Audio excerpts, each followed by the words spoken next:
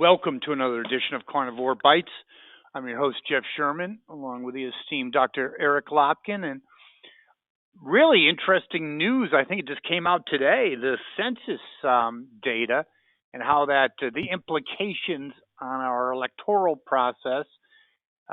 First, I'll just throw that out to you first, and then I'm wondering what the reaction is going to be from the Democrats. So let's talk about, or you should talk about the impact on the electoral process.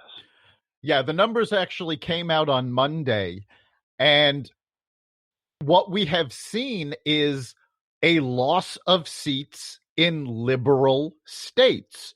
New York lost a seat. California lost a seat. Pennsylvania lost a seat. On the other hand, more conservative states, Texas gained 2. Florida gained 2.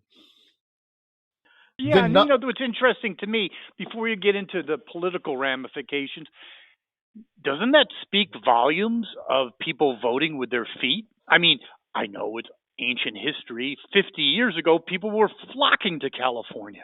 Flocking. Yes, and now that trend is reversed. People are leaving California. Companies are leaving California. States that have decided that businesses are the enemy and have gone, swinging towards the left are losing population. And Illinois is one of those also. They lost a seat. In fact, the only really conservative state that didn't lose was Connecticut, and they actually grew at the 4th slowest rate in the country. And the only thing that kept Connecticut from losing a seat was the vast number of people who moved to Connecticut during the pandemic to escape New York City. Yes, I would agree. Yes, I would agree with that. But I think it's more than just business, however, Dr. Lopkin. I think it's also the flight of the middle class because they feel alienated, like a state like California, just as an example. You have the poor and the poorest of the poor, and you have the elite. The elites do not get impacted in any way, shape, or form by liberal policies. It's the middle class that are saying, hey, I might have gotten laid off, or I'm, a younger person starting my career. California is not the place to do this. And I think it's also beyond economic or a business perspective. I think it's people are getting sick of whack job policies. I think it's even more than that. I think it's the actual conditions that these policies are creating. San Francisco, widely considered the most liberal city in the country, also has the worst homeless problem. They actually have had news reports on their local news about the problem of human feces in their streets. Okay, but one has to beg the question, with the liberal elites, they've gone to the best schools. When do they catch on that maybe, Einstein's definition of insanity is doing the same things over and over again and expecting different results?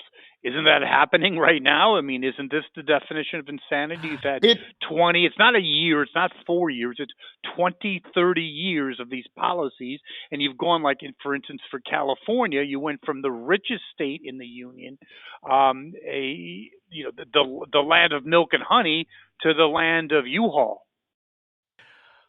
Yeah, I mean, is it insanity? Absolutely. They keep repeating the same things over and over again. When Biden was elected and the Democrats took control of the House and the Senate, Nancy Pelosi introduced the exact same 2 bills that she introduced when Obama won and the Democrats took control of the House and the Senate. And I would point out that despite the Democrats having control of both houses and the White House, they still can't get those bills out of committee because the ideas are so bad. Mm-hmm. So which 2 ideas are those, real quick?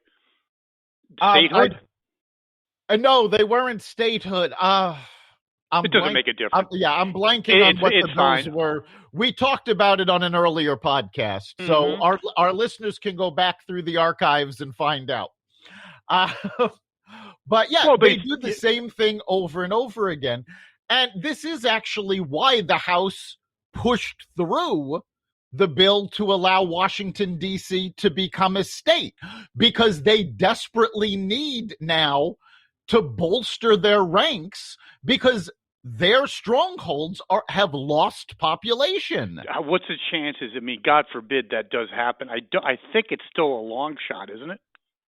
Yeah, the last I heard, they just don't have the votes in the Senate to do it. People like Manchin and others they're not going to go on. It'll be suicide. Yeah, centrist Democrats have said that there is no reason for Washington, D.C. to be a state. Washington, D.C. has a population of approximately a little over 700,000 people. That's not a state. That's a city. And plus, the Constitution is written that it's not a state. Right. But just to give you an idea of the size of that population, New York's St. Patrick's Day parade has more people than Washington, D.C. does. Well, Boston has more people. Yeah, no, but I'm saying the parade, not the city. Same thing in San Francisco. Their gay pride parade has more people than Washington, D.C. has. So it's absolutely ludicrous. If they're concerned about the people of Washington, D.C. not having representation, they should be counted as part of the state of Maryland or the state of Virginia. Does the Democratic liberal wing, do they counter this census shift with illegal immigrants? That's the only trump card they may have. Well, illegal immigrants aren't going to help them because the numbers are already in. They can bring people in, but they've already lost the seats. So okay. there's but they can influence the electoral process in a place like Texas, for instance. They can try, but to be fair, they tried that already with Beto O'Rourke, and we all saw how well that worked. Mm-hmm. Very interesting. We'll see how this plays out. But basically, I mean, if you're a Democrat, don't get too psyched about what happened in the last election, because I think Trump shot himself. I'm sorry, he just did. And he was a highly flawed candidate. His policies, most of them are right on. His behavior was, I'd say, middle school at best. And people got sick of him, and I think so. Yeah, you're seeing more and more people, if you watch on social media, very few people are defending Biden, even folks that voted for him, because very few people voted for Biden. They voted against Trump. That's my point. And now they're not happy with the choice. Exactly. So they have some cognitive dissonance, buyer's remorse. Real quick, something you mentioned on our live broadcast, Carnivore Radio, about was it Generation Z? Yep, Gen Z. How they're actually conservative, and it was the reason why I bring it up, and for you and for our listeners, is that a coworker of mine mentioned that her 3 daughters going to different colleges. One of them's in the South, and the daughter said how young people, students were very much conservative, and she thought that was just indicative of being in the South. But the other 2, they're going to Eastern, more liberal, traditional liberal schools. They also said that most of the students or the majority of students are actually conservative. So why do I bring this up? Because it's very interesting. If you get away from or you get past the millennials, which grew up under Biden, you don't have a progression of another liberal generation coming on board, do you? No, you don't. The next generation of voters coming in is swinging conservative.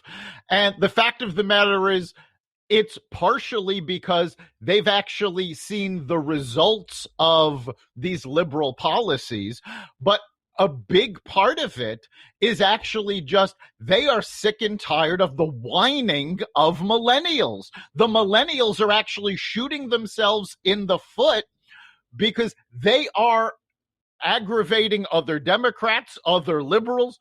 The millennial generation is actually making themselves pariahs. And in fact, a recent study came out that AOC is the least effective legislature in Congress. Why? Because the millennials aren't interested in actually passing policy. They're interested in making a big deal on social media. So while the millennials made a big noise because they're all over television, they're all over social media, they're actually not getting anything done.